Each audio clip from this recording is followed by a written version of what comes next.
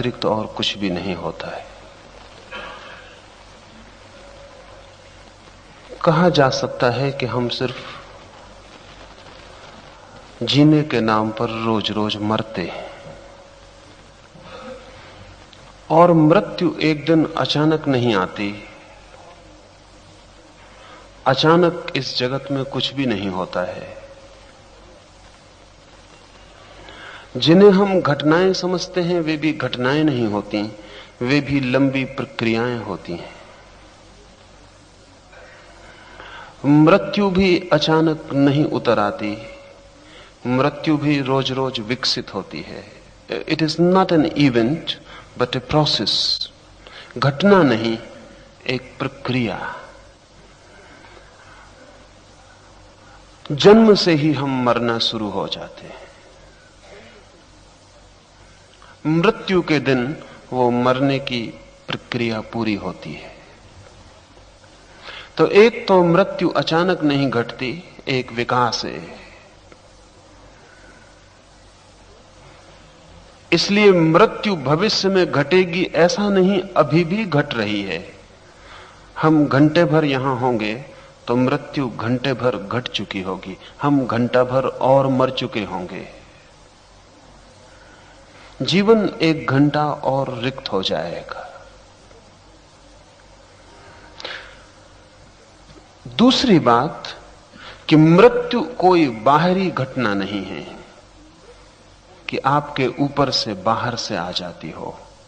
हम सब इसी तरह सोचते हैं जैसे मौत कहीं बाहर से आ जाती, यमदूत उसे ले आते हैं। कोई मृत्यु का संदेश वाहक आ जाता है और हमारे प्राणों को खींच कर ले जाता है। गलत है वो दृष्टि। वो दृष्टि भी इसीलिए है कि हम सदा ही दुख कोई दूसरा लाता है, इस दृष्टि से बंधे हैं। इसलिए मृत्यु भी कोई लाता होगा नहीं, कोई मृत्यु लाता नहीं। मृत्यु भी आंतरिक घटना है, आपके भीतर ही घटित होती है।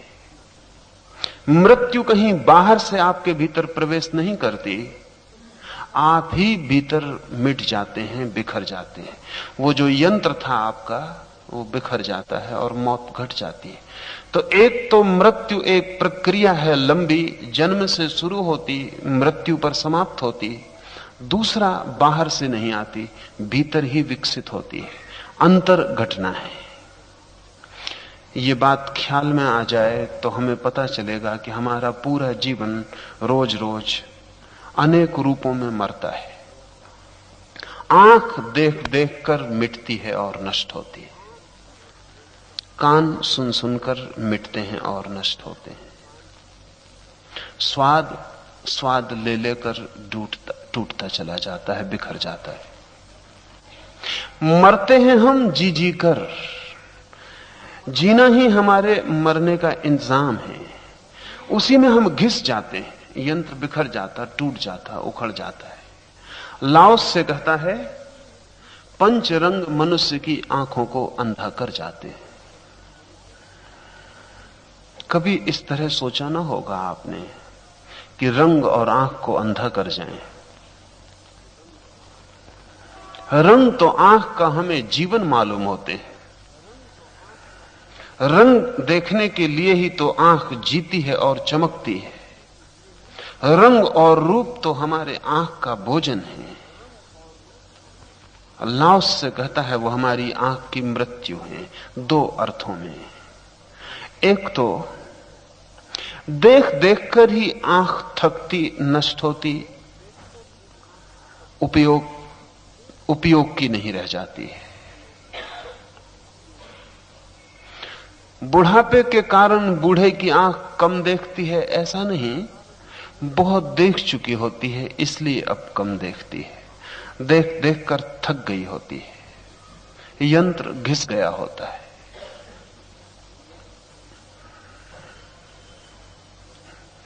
बूढ़े के कान बूढ़े होने के कारण नहीं सुनते ऐसा नहीं है, सुन चुके होते हैं, काम कर चुके होते हैं, थक गए होते हैं, विश्राम का क्षण आ गया होता है, यंत्र अपनी उपयोगिता पूरी कर चुका। अगर इस तरह देखें तो इसका अर्थ हुआ कि जितना हम देखते हैं उतनी ही आंख मरती है। और जितना हम सुनते हैं उतने ही कान बधिर हो जाते हैं, और जितना हम छूते हैं उतना ही स्पर्श नष्ट होता है, जितना हम स्वाद लेते हैं उतनी ही रुचि विनष्ट होती है।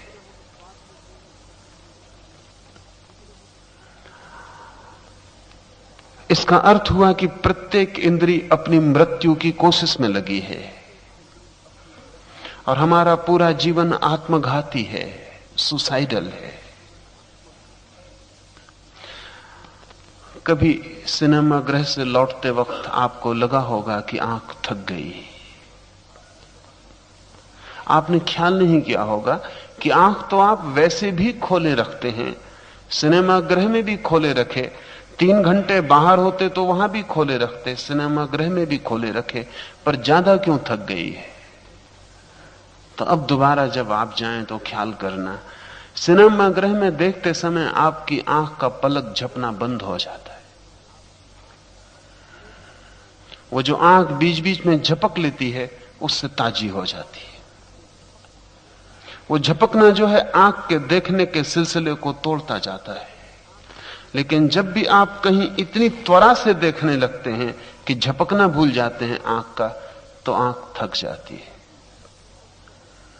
इसलिए सिनेमा गृह से लौटा हुआ आदमी एकदम से सो भी नहीं पाता। आंख 3 घंटे अपलक खुली रहने के बाद एकदम से बंद भी नहीं हो पाती, और आंख बंद भी हो जाए तो भी सिनेमा गृह में जो उसने देखा है वो भीतर के पटल पर चलता चला जाता है। अक्सर ऐसा होता है कि पेंटर, चित्रकार जल्दी अंधे हो जाते। होना नहीं चाहिए। जिनकी आंखों ने इतना देखा है उनकी आंखें तो और ताजी हो जानी चाहिए, लेकिन रंगों में जी जी कर अक्सर देख देख कर अक्सर अंधे हो जाते। जिस इंद्री का हम ज्यादा उपयोग करते हैं वही थक जाती है और मर जाती है। एक तो ये अर्थ हुआ, इसका प्रयोजन ये है लाओ त्से का कि हम अपनी इंद्रियों को मरते क्षण तक भी ताजा और युवा रख सकते हैं। और जिस व्यक्ति ने अपनी इंद्रियों को मरते क्षण तक ताजा और युवा रखा हो, वो मृत्यु का भी स्वाद ले सकता है, मृत्यु का भी रंग देख सकता है, वो मृत्यु का भी स्पर्श कर सकता है, वो मृत्यु को भी अनुभव कर सकता है। लेकिन मरने के पहले ही हमारे अनुभव की सब क्षमताएं टूट जाती हैं।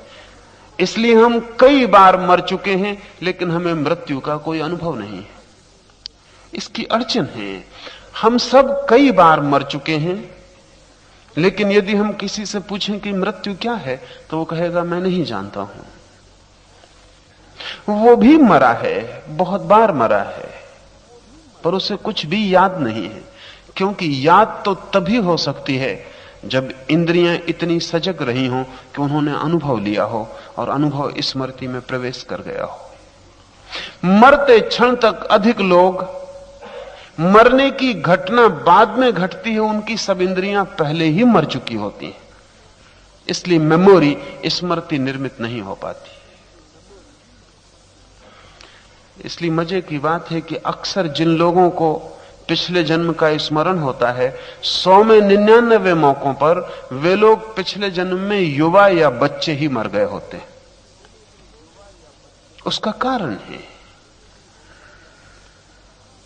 99 मौकों पर वे, उनका पिछला जन्म अचानक आकस्मिक रूप से कम उम्र में, जब सब ताजा था, इंद्रियां ताजी थी, स्मृति ताजी थी, बुद्धि ताजी थी, तब मौत घट गई।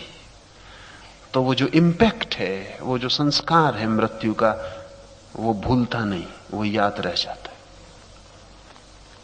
अभी तक ऐसी घटना नहीं घटी है कि पिछले जन्म के स्मरण करने वाले ने किसी ने कहा हो कि पिछले जन्म में मैं 90 वर्ष का होकर मरा। ऐसा नहीं है कि ऐसा नहीं घट सकता, ऐसा घट सकता है, लेकिन ऐसा घटने का मौका नहीं आता, क्योंकि मरने के पहले ही उसके भीतर के सब यंत्र मर चुके होते। जो साधक अमृत की खोज पर निकला है, जिसने जीवन के परम ताओं को, परम रित, परम धर्म को खोजना चाहा है, उसे अपनी इंद्रियों को प्रतिपल ताजा और युवा रखना जरूरी है, तो मृत्यु का अनुभव हो सकेगा और जीवन का भी। यह भी बड़े मजे की बात है कि जो लोग दिन रात रंग को देखते रहते हैं, उनके रंग की आंख ही नहीं मरती, रंग का स्वाद भी मर जाता, रंग की प्रतीति भी मर जाती, बोथली हो जाती, धार नहीं रह जाती। इसलिए बच्चा जब पहली दफे जगत को देखता है तो जैसा रंगीन होता है वैसा जगत फिर हम कभी भी नहीं देख पाते। बच्चा जब जगत को छूता है तो स्पर्श में जैसी पुलक अनुभव होती है वैसी फिर हमें कभी अनुभव नहीं हो पाती। बच्चा जब स्वाद लेता है तो स्वाद जैसा उसके रोए रोए को आंदोलित और आनंदित कर जाता है वैसा फिर हम कभी नहीं कर पाते। कारण क्या है? कारण इतना ही है कि बच्चे की सभी इंद्रियां अभी ताजी हैं और अभी वे जो भी ग्रहण करती हैं वो समग्र रूप से प्रवेश कर जाता है। अमेरिका में सेंसिटिविटी के लिए आंदोलन चलता है और बहुत से केंद्र हैं। एक बड़ा केंद्र कैलिफोर्निया में है, बिग सूर में। संभवतः इस सदी का महत्वपूर्ण से महत्वपूर्ण प्रयोग बिग सूर में चल रहा है। वो प्रयोग है कि लोगों की इंद्रिय की क्षमता को वापस लाया जाए। 21 दिन के प्रयोग पर लोग जाते हैं। 21 दिन में उन्हें फिर से चीजों को देखना, स्पर्श करना, स्वाद लेना सिखाया जाता है, प्रशिक्षित करना होता है। आप जब खाना खाने बैठते हैं, सिर्फ उदाहरण के लिए कह रहा हूं, तो आपको पता नहीं होगा, अगर आपकी आंख बंद कर दी जाए और आपकी नाक बंद कर दी जाए और आपके मुंह में सेव का टुकड़ा डाला जाए और प्याज का टुकड़ा, तो आप फर्क नहीं बता सकेंगे कि प्याज में और सेव में कोई फर्क है, क्योंकि फर्क का बड़ा हिस्सा स्वाद से ही नहीं आता, आंख से भी आता है, गंध से भी आता है। तो अगर नाक और आंख बंद हैं तो आप प्याज में और सेव में फर्क नहीं कर पाएंगे। फर्क बहुत है। अगर सिर्फ स्वाद में ही फर्क होता तो आप कर भी लेते, लेकिन आप नहीं कर पाएंगे, क्योंकि बड़ा फर्क गंध और आंख से था। तो बिग सूर में वो खाने के लिए देते हैं तो वो कहते हैं पहले खाने को स्पर्श करो, उसके रंग को देखो, उसके रूप को देखो, उसे हाथ से छुओ, उसे गाल पर लगा के छुओ, आंख बंद करके स्पर्श करो, उसकी गंध लो, आंख से देखो, फिर मुंह में उसे डालो, फिर उसका स्वाद लो, और ये सारा सचेतन रूप से करो। 21 दिन के प्रयोग में आप भोजन में नए स्वाद, नई गंध और नए स्पर्श शुरू कर देते हैं, और उनके साथ ही आपके भोजन की पूरी प्रक्रिया बदल जाती है, क्योंकि तब उतने स्वाद, उतनी गंध, उतने रूप के द्वारा बहुत थोड़ा सा भोजन भी बहुत ज्यादा तृप्तिदायी हो जाता है। हम सब अधिक भोजन कर रहे हैं, उसका कारण यह कि भोजन तो हम डालते चले जाते हैं, तृप्ति बिल्कुल नहीं होती, और तृप्ति की तलाश है। तो हम सोचते हैं कि इतने भोजन से नहीं हुई तो थोड़ा और डालने, उससे हो जाए, थोड़ा और डालने, लेकिन हमें पता नहीं जितना हम ज्यादा डालते हैं उतनी ही हमारी तृप्ति को अनुभव करने की जो संवेदना है वो क्षीण होती चली जाती। एक दिन हमारा मुंह कुछ अनुभव ही नहीं करता, वो सिर्फ डालने का स्थान रह जाता है, चीजों को हम डालते चले जाते, और तब हमें उत्तेजक चीजें डालनी पड़ती हैं। एक आदमी कहता है बिना मिर्च के स्वाद ही नहीं आता। उसका कुल कारण इतना है कि मिर्च जैसा तीव्र स्वाद हो तो ही थोड़ा बहुत आता है। स्वाद इतना मर गया है, स्वाद इतना मर गया है कि जब तक जहर ही ना डाला जाए तब तक हमें पता ही नहीं चलता कि कुछ हो रहा है। असम में, बिहार के कुछ हिस्सों में, बंगाल में, जहां तंत्र की पुरानी साधनाओं के सूत्र अब भी प्रचलित हैं, वहां साधक, तंत्र के साधक, उनकी साधना का एक हिस्सा है कि समस्त तरह के नशों को लेने के बाद भी होश कायम रहना चाहिए। तो शराब तंत्र की साधना का एक अंग है। वो इतनी शराब पीने के अभ्यस्त हो जाते हैं कि शराब तो फिर उन्हें पानी जैसी हो जाती, किसी तरह का कोई परिणाम नहीं होता। इतना गांजा पीने लगते हैं, इतनी अफीम खाने लगते हैं कि कोई परिणाम ही नहीं होता। और तब उनको अपने पास सांप पाल के रखने होते हैं, उनसे जीभ पर कटा लेते हैं, तब उन्हें थोड़ा सा नशे का मजा आता है। तो सांप पाल के रखना पड़ता, उससे कम में काम नहीं चलता। फिर उसमें भी जो और आगे निकल जाते हैं उनको छोटे मोटे सांप भी काम नहीं देते, फिर तो भयंकर जहरीले सांप चाहिए, जिनको दूसरे को कोई काट ले तो सांप मर जाए, दूसरे को काट ले तो आदमी मर जाए। लेकिन ये साधक इस जगह भी पहुंच जाते हैं कि सांप काटते ही मर जाता है, तभी उनको थोड़ा सा स्वाद होता है। हम अपनी इंद्रियों को इतना भी मार सकते हैं, हम सबने थोड़ी बहुत दूर तक मारा हुआ है। इसलिए जिनको हम शिष्ट अनुभव कहें, उदार अनुभव कहें, वो हमें होते ही नहीं, वो हमें होते ही नहीं। तीव्र अनुभव चाहिए। अगर बहुत मधुर वीणा बजती हो तो हमें कुछ अनुभव नहीं होता। जाज जब पूरी हुड़दंग हो और पूरा पागलपन हो, तब थोड़ा सा हमें होश आता है कि कुछ आवाज हो रही। सब मर गया है भीतर। लाओस से कहता है, रंग मार जाते आंखों को, स्वर कानों को बहरा कर देते, स्वाद रुचि को नष्ट कर जाते। ये हमारी इंद्रियों की जो मृत्यु है, ये हमारे मरने के पहले ही हमें एक कब्र में बिठा देती है। फिर हम जीते चले जाते हैं, लेकिन ताबूत के भीतर मरे हुए, अपनी अपनी कब्र को ढोते हुए, अपनी अपनी लाश को घसीटते हुए।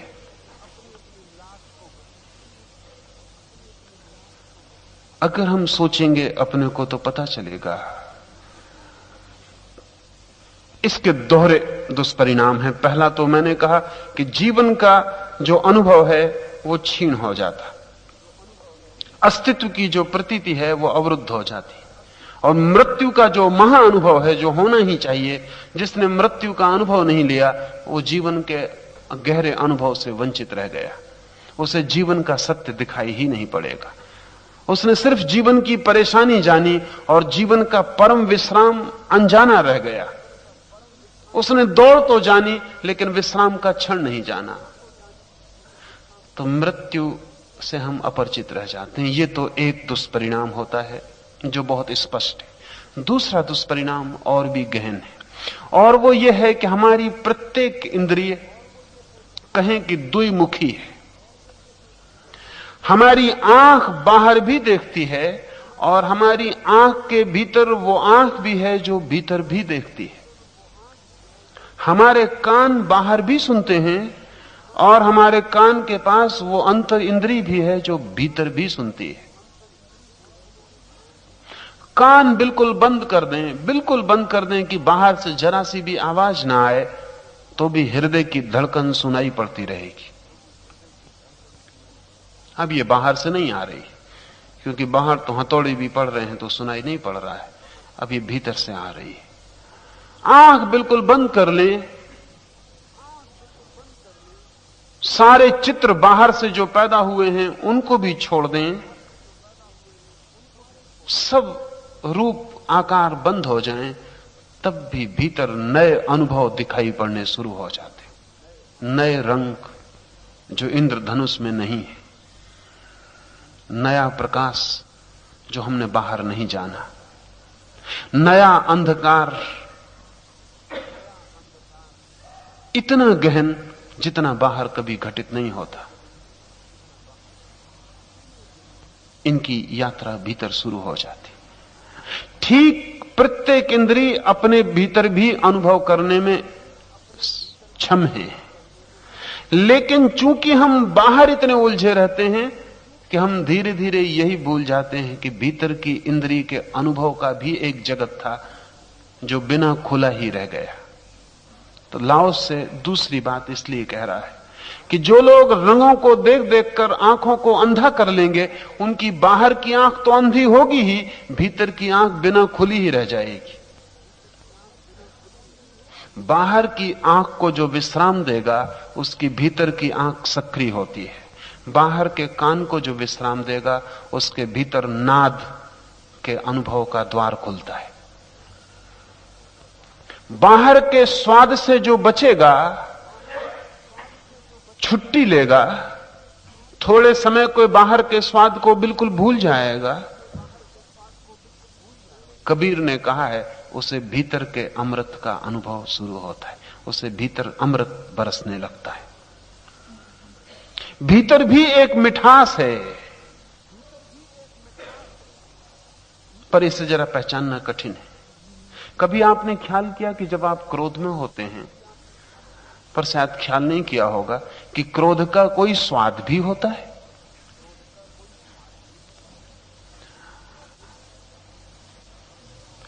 क्रोध का भी स्वाद होता है। अगर आप बहुत क्रोध में भरे हों तो एक क्षण क्रोध को भूलकर जरा आप आंख बंद कर लें और स्वाद लेने की कोशिश करें, तो आपका मुंह सूखा हुआ होगा, तिक्त, बासापन पूरे मुंह में फैल गया होगा। मधुरता का कहीं कोई पता नहीं चलेगा। जब कभी आप प्रेम में हो, तब एक क्षण आंख बंद कर लें, प्रेम का भीतर स्वाद अनुभव करने की कोशिश करें। प्रेम का अपना स्वाद है, तब एक मधुरिमा भीतर घुलती हुई मालूम होगी। एक अपरिचित, अनजान, अदृश्य मिश्री भीतर घुल गई हो। इसका क्रोध से और इस प्रेम के स्वाद का अंतर आपको स्पष्ट दिखाई पड़ेगा। तब आप प्रत्येक भाव दशा का स्वाद अनुभव कर सकते हैं। ध्यान का भी एक स्वाद है, तनाव का भी एक स्वाद है, और जब समस्त विचार खो जाते हैं और समस्त इंद्रियां शांत हो जाती हैं, तो जो ध्यान का स्वाद आता है उसका नाम अमृत है। उसका अमृत दो कारण से नाम है। एक तो उससे मधुर कोई स्वाद नहीं, और दूसरा इस कारण भी कि उस स्वाद के मिलते ही पता चलता है कि मेरी कोई मृत्यु नहीं, मैं नहीं मर सकता हूं, मृत्यु मेरी असंभव है। उस स्वाद का अनुभव ही तय कर जाता है कि मृत्यु असंभव है।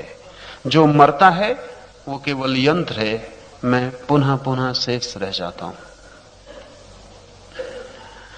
लेकिन अगर हमने अपनी सारी शक्ति बाहर की इंद्रियों में ही व्यतीत कर दी हो, अगर हम अपनी सारी शक्ति बाहर की इंद्रियों में ही व्यय कर दी हो और हम थक गए हों, तो हमें भीतर की इंद्रियों का तो कभी ख्याल ही नहीं आता और शक्ति भी नहीं बचती।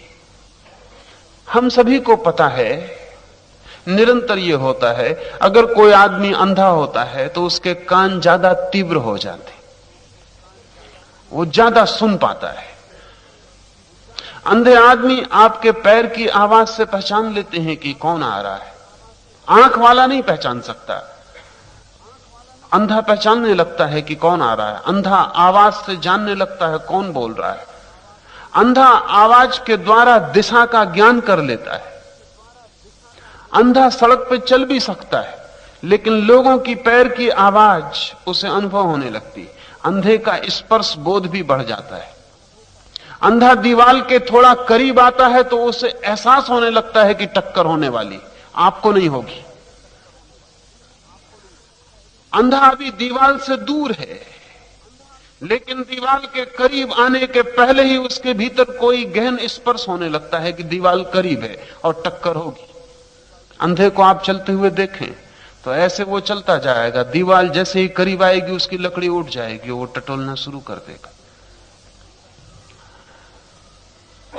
दीवाल के पास सघनता का हवा में उसे कुछ स्पर्श हो रहा है जिसका हमें कोई पता नहीं चलता।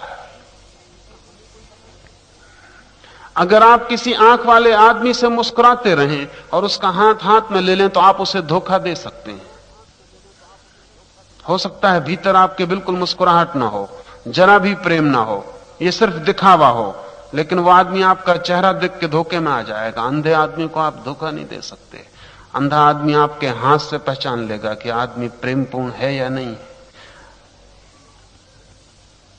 आंखों वालों के धोखे आंखों वालों के ही काम आ सकते हैं। अंधे आदमी को आप धोखा नहीं दे सकते उतनी आसानी से, क्योंकि उसके जांचने के ढंग अलग है और आपके धोखा देने के ढंग अलग हैं, दोनों कहीं मिलते नहीं। इसलिए अंधा आदमी अक्सर प्रज्ञावान हो जाता है। प्रज्ञावान इसलिए हो जाता है कि उसके पास कुछ ऐसी समझ होती जो हमारे पास नहीं होती। लेकिन क्यों ऐसा होता है? ऐसा होने का कुल कारण इतना है कि आंख से जो शक्ति वह होती थी वो दूसरी इंद्रियों को मिल जाती है, ट्रांसफर हो जाती है। अगर सभी इंद्रियां बंद कर दी जाएं और एक इंद्री शेष रह जाए तो वह इंद्री इतनी तीव्र हो जाएगी कि जिसकी हम कल्पना भी नहीं कर सकते। इसीलिए पशुओं की इंद्रियां हमसे ज्यादा तीव्र हैं, क्योंकि उनके पास हमसे कम इंद्रियां हैं। जितना हम पशु जगत में पीछे लौटेंगे, अगर 3 इंद्रिय वाला पशु है तो उसकी इंद्रियां हमसे तेज होंगी। अगर 2 इंद्रिय वाला है तो उसकी और तेज होंगी। अगर 1 इंद्रिय वाला है तो उसे एक ही इंद्रिय से 5 की इंद्रियों की सारी शक्ति उसकी बहती। तो अमीबा है जो कि सिर्फ स्पर्श करता है, उसके पास और कोई इंद्रिय नहीं, तो उसका स्पर्श का अनुभव हम कभी नहीं पा सकते कि वो स्पर्श कितनी प्रगाढ़ता से करता है। लेकिन आप कभी प्रयोग करें, कान बंद कर लें, आंख बंद कर लें, ओंठ बंद कर लें और फिर किसी को छुएं, तब आप पाएंगे कि आपके छूने में कुछ और ही अनुभव हो रहा है। आपके छूने में कोई नई विद्युत प्रवाहित हो गई है। अंधे आदमी की आंख की ताकत दूसरी इंद्रिय को मिल जाती। ये मैं इसलिए कह रहा हूं कि हमारी जो इंद्रियां हैं, अगर ये बाहर नष्ट न हो, व्यतीत ना हो, तो इनकी ताकत भीतर की इंद्रियों को मिल जाती। अगर हम बाहर की इंद्रियों का बहुत संयत उपयोग करें, दुरुपयोग ना करें, हम जो भी कर रहे हैं वो दुरुपयोग है। रास्ते पे आप जा रहे हैं और दीवालों के पोस्टर पढ़ रहे हैं। अगर आप न पढ़ते होते तो कोई मेहनत करके उन्हें लिखता भी नहीं। लिखने वाले भली भांति जानते हैं कि यहां से गुजरने वाले न्यूरोटिक हैं, वो बिना पढ़े रह ही नहीं सकते। उनको पता है कि पागल गुजरते हैं यहां से, वो पढ़ेंगे ही। और आप अगर सोचते हो कि नहीं, हम चाहें तो नहीं पढ़ेंगे, तो आप कोशिश करके देखना। आप जितनी कोशिश करेंगे पता चलेगा भीतर कोई पागल बैठा है, वो कहता है चूको मत, पता नहीं क्या लिखा हो, पढ़ ही लो। कुछ भी नहीं लिखा है, किसी को वोट देना है कि नहीं देना है, कोई साबुन बिकनी है कि नहीं, कि कोई फिल्म देखनी कि नहीं, वो सब लिखा हुआ।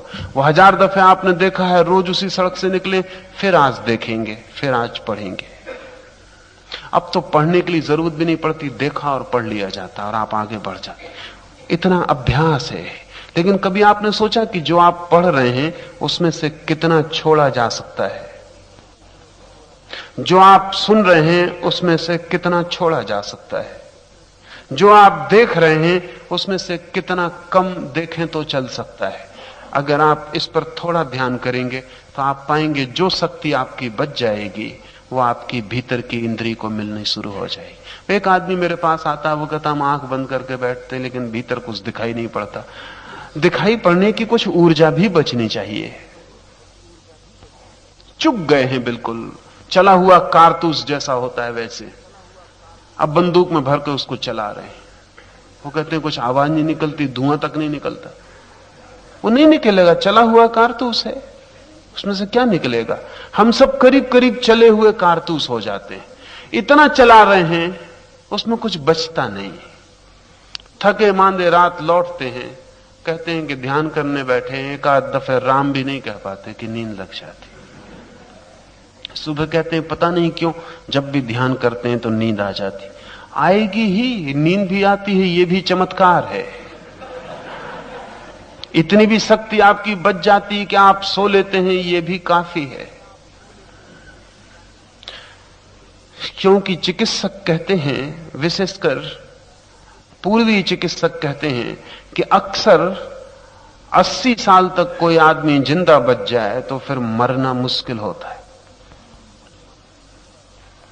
क्योंकि मरने के लिए भी एक खास शक्ति चाहिए, मरने के लिए भी।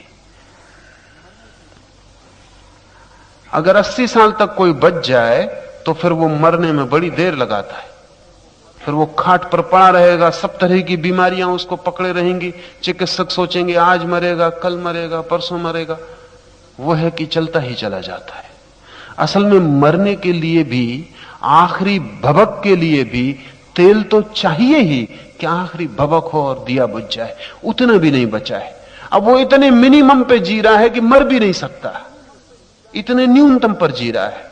इसलिए बहुत हैरानी की बात है कि स्वस्थ आदमी अक्सर पहली ही बीमारी में मर जाता है।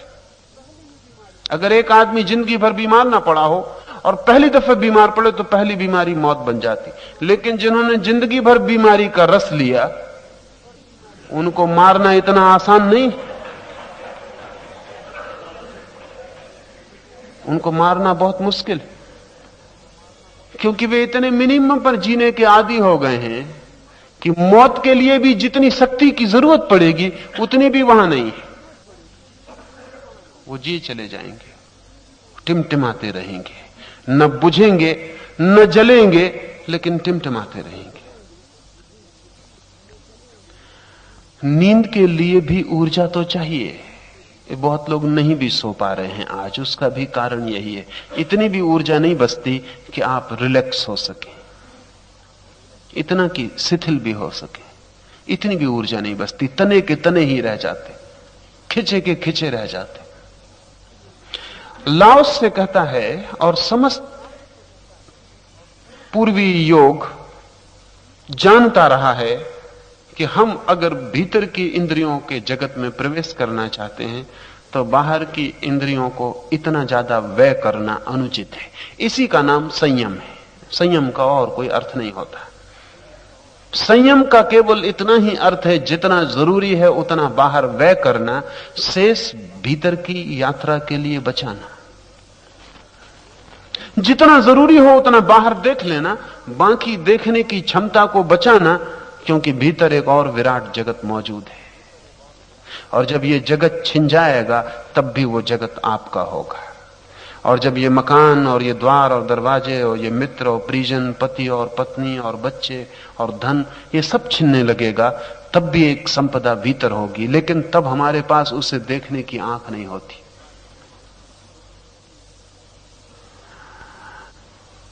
बाहर जो हमने जाना है वो कुछ भी नहीं है उसके समक्ष जो भीतर है। जो स्वर हमने सुने हैं बाहर, जब हम भीतर की वीणा सुन पाते हैं तब पता चलता है कि वो सिर्फ शोरगुल था जो हमने बाहर सुना। अगर बाहर भी वीणा के स्वर प्रीतिकर लगते हैं तो अंतर के रहस्यों को जानने वालों का कहना है कि वो इसलिए प्रीतिकर लगते हैं कि कुछ न कुछ भीतर के स्वरों की भनक उनमें, बस इसीलिए अंतर संगीत की कुछ भनक उनमें है। इसीलिए अगर बाहर प्रकाश अच्छा लगता है तो अंतर प्रकाश की कुछ झलक उसमें है, इसीलिए। और अगर बाहर के स्वाद अच्छे लगते हैं तो थोड़ी सी मिठास का एक कण उसमें है, उस मिठास का कण जो भीतर भरी है अनंत, इसीलिए। अगर बाहर का संभोग भी अच्छा लगता है तो सिर्फ इसीलिए कि अंतर संभोग की एक किरण, एक झलक, एक प्रतिफलन, एक इको, एक प्रतिध्वनि उसमें मौजूद है, बस इसीलिए। लेकिन उस पर अपने को चुका मत डालना, उस अनुभव पर अपने को समाप्त मत कर देना। अभी भीतर बड़े अनुभवों के द्वार खुल सकते हैं। तो लाओस से कहता है, घुड़दौड़ और शिकार मन को पागल कर जाते हैं, दुर्लभ और विचित्र पदार्थों की खोज आचरण को भ्रष्ट कर देती है।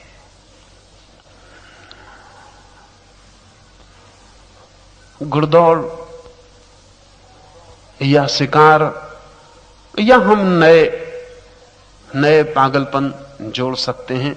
लाओसे के जमाने के पागलपन है, अब तो बहुत पागलपन है। उस वक्त उसे दो बातें पागलपन की दिखाई पड़ी होंगी। घुड़दौड़ पर लोग दांव लगा रहे हैं, शिकार पर लोग जा रहे हैं। आज तो बहुत है, आज तो करीब करीब जो भी हम कर रहे हैं वो सभी घुड़दौड़ है और सभी शिकार है। पागल कर जाते हैं मन को। असल में जो व्यक्ति अपने से बाहर दांव लगाना सीख लेगा वो पागल हो जाएगा। जिसने अपना जुआ अपने से बाहर खेलना शुरू किया वो पागल हो जाएगा, क्योंकि वो एक ऐसी चीज के लिए दांव लगा रहा है जो मिल नहीं सकती, स्वभावतः जिसका मिलना असंभव है, जो नहीं मिल सकती। मिल भी जाए तो भी नहीं मिलती, कितनी ही मिल जाए तो भी छिन जाती है। लाओसे का शिष्य था लीह तजू।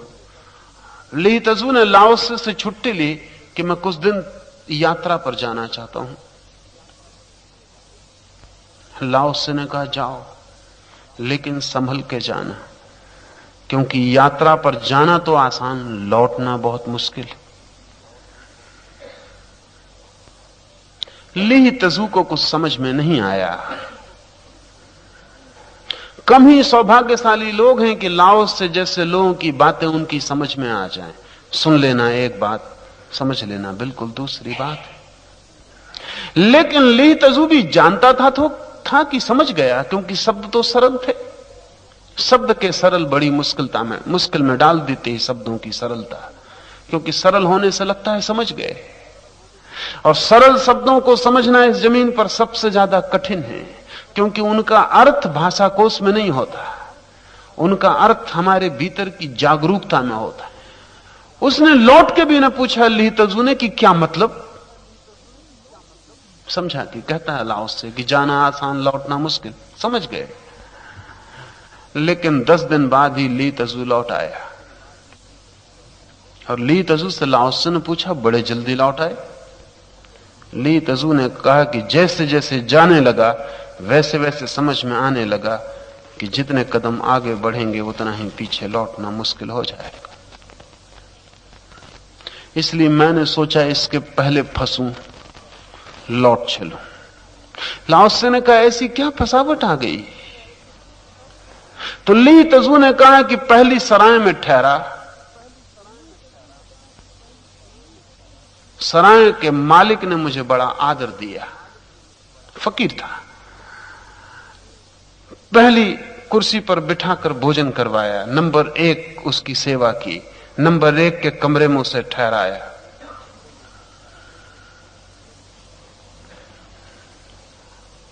लाओसे ने कहा तो इसमें क्या तकलीफ हुई। लीह तजू ने कहा तकलीफ हुई, रात भर में सो ना सका। अकड़ पैदा हो गई भीतर कि मैं भी कुछ हूं, मैं भी कुछ हूं। नंबर 1 भोजन, नंबर 1 के कमरे में ठहरना, सराय के मालिक का पैर छूना, और उसके छूते ही तो सारे यात्री मेरे प्रति आदर से भर गए। पता नहीं उनका क्या हुआ, मैं रात भर नहीं सो सका। दूसरी सराय में पहुंचा तो सराय के बाहर ही मैंने अपने कपड़े वगैरह ठीक कर लिए, तैयार हो गया। हाथ मुंह साफ करके मेरी चाल बदल गई। जब मैं भीतर प्रवेश किया तो मैं वही आदमी नहीं था जो तुम्हारे चरणों को छोड़कर गया था, दूसरा ही आदमी था। मैं खड़े होकर देख रहा था कि जल्दी सराय का मालिक आए, पैर छुए, पहले नंबर बिठाए, पहले नंबर के कमरे में ठहराए। कोई नहीं आया, भारी पीड़ा हुई। तृतीय श्रेणी के कमरे में ठहरने को मिला, फिर भी रात भर न सो सका। तब मुझे बड़ी हैरानी हुई। प्रथम श्रेणी में ठहरा, तब न सो सका, तृतीय श्रेणी में सोया, तब न सो सका। मैंने सोचा लौट चलना उचित है, खतरे में उतर रहा हूं। हालांकि मन कहता था कि एक सराय में और भी तो कोशिश करके देखो, हो सकता है यह आदमी न पहचाना हो, अज्ञानी हो, दूसरी सराय में कोई पहचान ले। तभी तुम्हारे शब्द मुझे सुनाई पड़े कि जाना तो बहुत आसान यात्रा पर, लौटना बहुत मुश्किल है। तब मैं एकदम भागा। मैंने कहा अब रुकना खतरनाक है, कहीं ऐसा ना हो कि मैं उतरता ही चला जाऊं। हम सब ऐसे ही उतर जाते हैं। दौड़ अनेक तरह की है, वो हमें बुलाती चली जाती है, और जितने हम उतरते हैं उतने हम फंसते चले जाते हैं। फिर लौटने के दरवाजे ही धीरे धीरे भूल जाते हैं, रास्ता भी भूल जाता है कि कहां से हम आए थे। फिर एक ही रास्ता दिखाई पड़ता है, इस पड़ाव से दूसरा पड़ाव, दूसरे पड़ाव से तीसरा पड़ाव, और पीछे लौटने में विषाद भी मालूम पड़ता है। कोई भी लौटना नहीं चाहता। ये बड़े मजे की बात है, कोई भी लौटना नहीं चाहता, सब आगे जाना चाहते हैं, क्योंकि आगे जाने में अहंकार को तृप्ति मिलती। लौटना शब्द ही मन को विषाद से भर देता है, और कोई कहे लौट आए तो ऐसा लगता है समाप्त, जिंदगी बेकार चली गई। बढ़ो तो अहंकार रोज नई पुकार देता है, और नई मृग मरीच का दिखाई पड़ने लगती है, उसे पाना है। फिर आदमी दौड़ता चला जाता है। ये दौड़, बाहर कुछ भी पाने की दौड़, अंततः मनुष्य को पागल कर जाती है। पागल होने का मतलब ही इतना है कि ऐसा आदमी जो अपने से इतना बाहर चला गया कि अब अपने पास, अपने भीतर ही लौटने का उसे कुछ पता नहीं रहा। वो अपना घर ही भूल गया कि मेरा घर कहां है। अब उसे एक ही बात पता है कि वो दौड़ सकता है, रुक नहीं सकता। अब उसे एक ही बात पता है कि अगर ये चीज नहीं मिली तो दूसरी चीज पाने को दौड़े, अगर मिल गई तो भी दूसरी चीज पाने को दौड़े। अब वो दौड़ ही सकता है। अब उसका चित्त एक फीवर, एक ज्वर से भरा है, एक रोग से भरा है, और दौड़ने बिना उसको कोई चारा नहीं। रुक नहीं सकता, ठहर नहीं सकता। एक मेरे मित्र हैं, मिलिट्री में कर्नल हैं, उनकी पत्नी मुझे सुनने आती थी। मैंने उनसे पूछा कि तुम्हारे पति कभी कभी मुझे मिलने तो आते हैं, कभी कभी तुम्हें छोड़ने भी आते हैं, लेकिन कभी उन्हें मैंने बैठा नहीं देखा कि कभी उन्होंने सुना हो बैठकर। उनकी पत्नी ने कहा वो बैठ नहीं सकते, कर्नल है, चलते। वो आपको बहुत सुनना चाहते हैं। टेप करके मैं ले जाती हूं, वो लगा लेते हैं टेप और कमरे में टहलते रहते तो सुन पाते। वो इतना घंटे भर एक कुर्सी पे बैठ नहीं सकते, और फिर आपके सामने उनको अच्छा भी नहीं लगता कि वो करवट बदलते रहें पूरे वक्त। वो 10-5 दफा बीच में उठ के बाहर जाएं, भीतर आएं, तो वो उन्हें अशोभन भी लगता है, लेकिन वो बैठ नहीं सकते। हम सबका चित्त ऐसी ही हालत में हो जाता है, बैठ नहीं सकता, रुक नहीं सकता, विश्राम नहीं कर सकता, और हम भागे चले जाते हैं।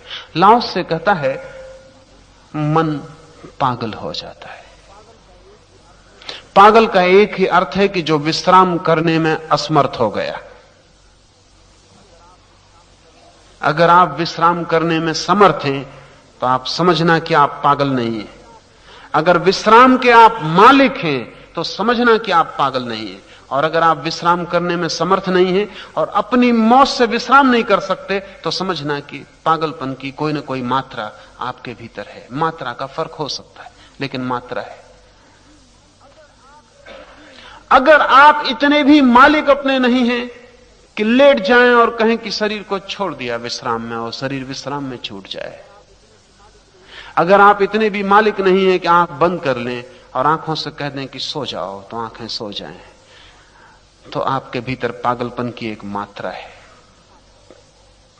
मात्रा कम ज्यादा हो सकती है, मात्रा कभी भी बढ़ सकती और 24 घंटे में घटती बढ़ती रहती। किसी दिन आसानी लगती है विश्राम करने में, किसी दिन बहुत मुश्किल हो जाता है। घटनाएं चारों तरफ घटती रहती हैं। किस दिन ऐसी घटना घटती है कि पागलपन ज्यादा तेजी से दौड़ने लगता है। किसी ने इतना ही कह दिया कि पता है तुम्हें कि नहीं, कोई कहता था कि तुम्हारे नाम लॉटरी खुल गई है। मन ने एकदम दौड़ पड़ेगा पूरे पागलपन से, खरीद लेगा चीजें जो कभी नहीं खरीदनी चाहिए, न मालूम क्या क्या कर डालेगा। फिर उस रात नींद नहीं आ सकती। लॉटरी अभी मिली नहीं, लेकिन उस रात नींद नहीं आ सकती। अब विश्राम के आप मालिक ना रहे। लॉटरी ने बड़ी दौड़ को गति दे दी। चित्त को 24 घंटे चारों तरफ कुछ घट रहा है जो बुलाता है, दौड़ाता है। आप दौड़ने को सदा तत्पर हैं। विश्राम तो आपको तभी होता है जब सौभाग्य से बाहर कोई दौड़ नहीं होती, मगर वो आपके हाथ में नहीं है। वो आपके हाथ में नहीं है, वो बिल्कुल नियति है, कहें कि भाग्य है। रास्ते पे चलता एक आदमी गाली दे जाए, दौड़ हो जाएगी शुरू। वो आपके हाथ में नहीं है। करोड़ों करोड़ों लोग हैं, लोग ही नहीं हैं, पड़ोसी का कुत्ता ही जोर से भौंकने लगे तो रात उसका भी विचार चलता है कि क्यों भौंक रहा था। घर आए और घर का कुत्ता पूंछ ही ना हिलाए तो भी चिंता हो जाती कि आज कुत्ते ने पूंछ नहीं हिलाई। उससे भी हमारे संबंध बन जाते हैं, हमारा अहंकार उससे भी रस लेने लगता है। अगर कुत्ते ने पूंछ नहीं हिलाई तो गड़बड़ हो गई, सारी जिंदगी बेकार है। घर आता है आदमी तो देखता आता है कि कुत्ता पूंछ हिला रहा कि नहीं हिला। तरह तरह के कुत्ते हैं, तरह तरह की पूंछें। छोटी सी बात, लेकिन चित्त पागल है तो पागल हो सकता है। कोई भी बहाना काफी है, कोई भी बहाना काफी है।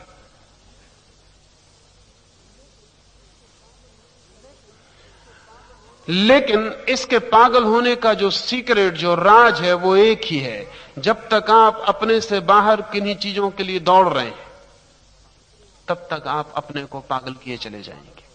और जितने आप पागल हो जाएंगे उतने ही दुखी, उतने ही संताप से भर जाएंगे, उतने ही बड़े नरक में आपका निवास हो जाएगा। और दुर्लभ पदार्थों की खोज आचरण को भ्रष्ट कर जाती है। असल में आचरण बड़ी गहरी चीज है। आचरण का ऐसा मतलब नहीं है कि एक आदमी सिगरेट नहीं पीता तो बड़ा आचरणवान है, ऐसा कुछ मतलब नहीं है। क्योंकि कभी कभी तो ऐसा हो सकता है कि सिगरेट न पीने के कारण वो जो कर रहा हो वो और भी बड़ी आचरणहीनता हो, क्योंकि हमको सब्स्टिट्यूट खोजने पड़ते हैं, विकल्प खोजने पड़ते हैं। इसलिए आपने अनुभव किया होगा कि अक्सर जो लोग सिगरेट पीते हैं, पान खाते हैं, चाय पीते हैं, काफी पीते हैं, कभी थोड़ी शराब भी पी लेते हैं, वो ज्यादा मिलनसार आदमी होते हैं। जो इनमें से कुछ भी नहीं करते उनसे दोस्ती बनानी तक मुश्किल है, वो मिलनसार होते ही नहीं, बहुत अकड़े हुए होते। क्योंकि वो सिगरेट नहीं पीते, चाय नहीं पीते, तो उनकी रीढ़ बिल्कुल अकड़ जाती, झुकती नहीं। वो दूसरे की तरफ ऐसा देखते हैं जैसे वो आसमान पर खड़े हैं, दूसरा कीड़ा मकोड़ा है। उनको आदमी नहीं दिखाई पड़ते। आपने सिगरेट पी गए, आप आदमी नहीं रहे, कीड़े मकोड़े हो गए। आपने पान खा रहे हैं, आप गए, आपकी कोई स्थिति न रही। तो इससे तो बेहतर था ये आदमी सिगरेट पी लेता। सिगरेट पीने से इतना कुछ नुकसान न था। ये जो अहंकार पी रहा है ये बहुत खतरनाक है, जहरीला है। इसलिए तब तक मैं किसी आदमी को भला नहीं कहता जब तक इतना भला ना हो कि दूसरे की बुराई को पाप मानने की प्रवृत्ति में ना पड़े। तब तक कोई आदमी भला नहीं, तब तक आचरणवान नहीं है। आचरण का एक ही अर्थ है कि इतना भला है कि दूसरे की बुराई को भी बुराई नहीं देखता। दूसरे की निंदा करने की क्षमता का खो जाना आचरण है। तब तो हमारे तथाकथित साधु सन्यासी आचरण में नहीं टिक सकेंगे, हैं भी नहीं। आपके और उनके आचरण में भेद नहीं है, सिर्फ चीजों का भेद है। जो आप कर रहे हो उसकी वजह से आप पापी हो, वही वो नहीं कर रहे हैं इसलिए पुण्यात्मा है। लेकिन टिके दोनों ही सिगरेट पर है। वो नहीं पी रहे हैं, आप पी रहे हो। लेकिन दोनों का आचरण सिगरेट से बंधा है।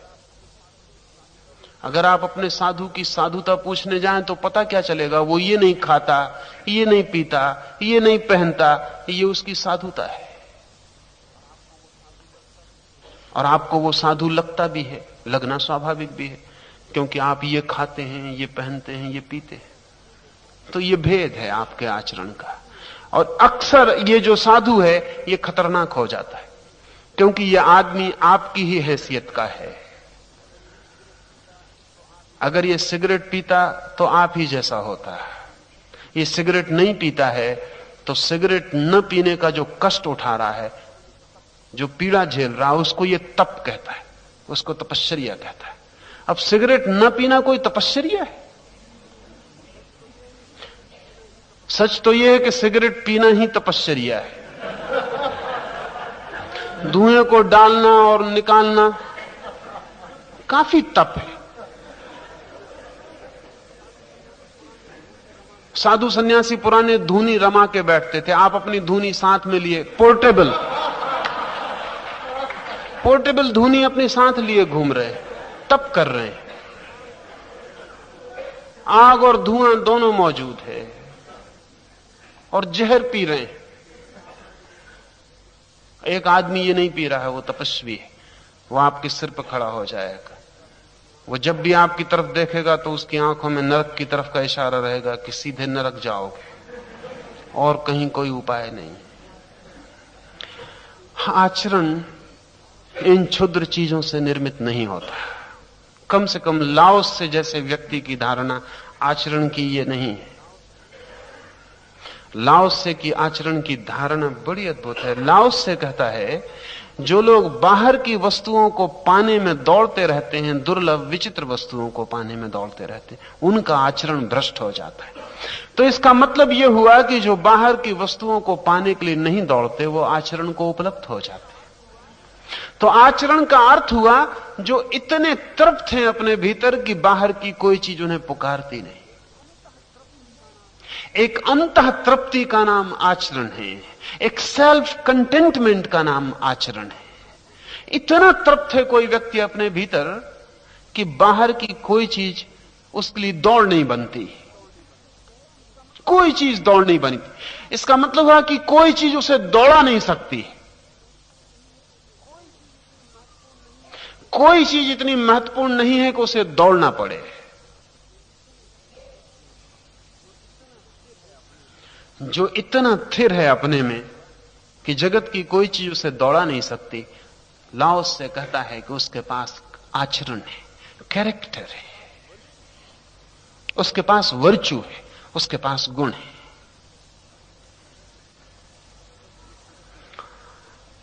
निश्चित ही अगर कोई व्यक्ति अपने में इतना भरा पूरा है, कहीं कोई कमी अनुभव नहीं करता कि किसी चीज से भरी जाए,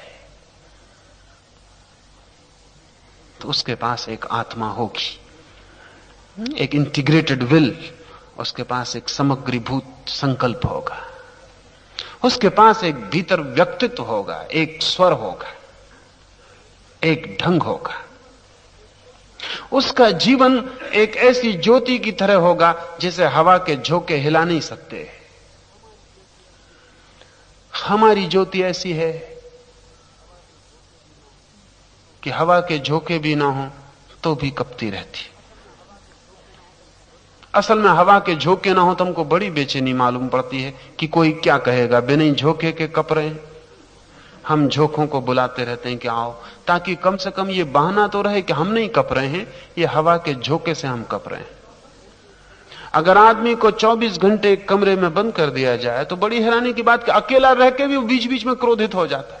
अकेला रह के 3 महीने अगर आपको बंद कर दिया जाए तो आपको पहली दफे पता चलेगा कि क्रोध के लिए किसी दूसरे की जरूरत ही नहीं थी, और जिंदगी भर आप यही सोचते रहे कि फला आदमी ने यह कह दिया इसलिए मैं क्रोधित हो गया, नहीं तो मैं क्यों क्रोधित होता। ये सिर्फ हवा का बहाना ले रहे हैं आप। कभी अकेले 3 महीने रह कर देखें और नोट करें तो आप पाएंगे कि अचानक क्रोधित होते हैं, अचानक काम वासना से भर जाते हैं। तब आपको पता चलेगा कि सुंदर स्त्री जो दरवाजे से निकल गई, इसने हवा का झोंका नहीं भेजा था। आप तैयार ही थे, बहाने खोज रहे थे, कोई हवा का झोंका आ जाए तो मैं कह सकूं कि इसमें मेरा क्या कसूर है? ये सुंदर स्त्री यहां से निकली क्यों? ये सुंदर क्यों? इसने ऐसा साज श्रृंगार क्यों किया? मैं क्या कर सकता हूं? नहीं, आप 3 महीने अकेले बंद हो तब आपको पता चलेगा। बहुत संभावना तो यह है कि कोई स्त्री नहीं निकलेगी और सुंदर स्त्रियां आप अपनी कल्पना में ही मौजूद कर लेंगे और उन्हीं को आसपास घुमाने लगेंगे और फिर आप कंपित होने लगेंगे। ये हवा आपकी ही बनाई हुई, ये लौ के आसपास अपनी ही हवा के झोंके आप पैदा कर रहे हैं। 3 महीने वैज्ञानिक कहते हैं एक आदमी को अगर बिल्कुल ही डिप्राइव कर दिया जाए उसके सब अनुभव से, तो वो सभी अनुभवों को खुद पैदा कर लेगा। वो बातें करने लगेगा उन लोगों से।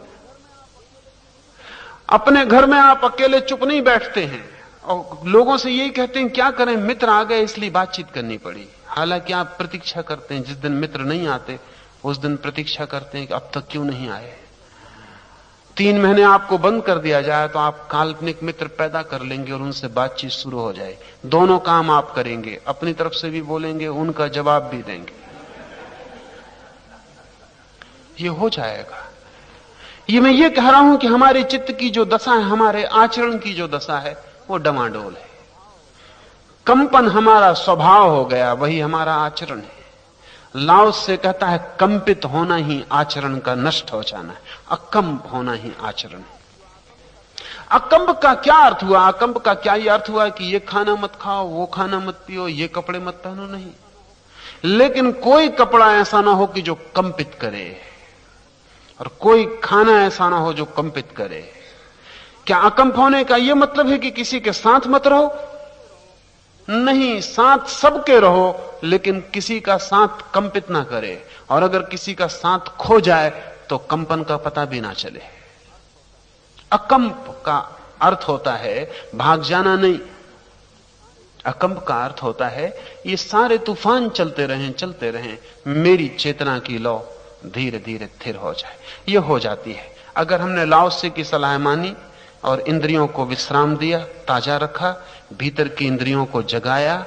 अगर हम पागलपन की चीजों के पीछे न दौड़े, अगर हमने व्यर्थ की चीजों के संग्रह को अपना मोह न बनाया, अगर हम वस्तुओं के लिए दीवाने न हुए, तो धीरे धीरे वो आचरण उपलब्ध होता है जो कि भीतर चेतना को स्थिर कर जाता है। ये आचरण की स्थिरता, ये ठहर जाना चेतना का बड़ी और बात है। और जब किसी की चेतना ऐसी ठहरती है तो वह आपको निंदा से नहीं देखता और वो ये भी नहीं देखता कि आप ये खा रहे हैं, ये पी रहे हैं इसलिए पापी हो गए हैं, ये कर रहे हैं, वो कर रहे हैं इसलिए पापी हो गए। नहीं, वो तो एक ही पाप जानता है कि आप 24 घंटे कंपित हो रहे हैं। बस इससे फर्क नहीं पड़ता कि आप किस चीज से कंपित हो रहे हैं। चीजें बदल सकती हैं, कंपन जारी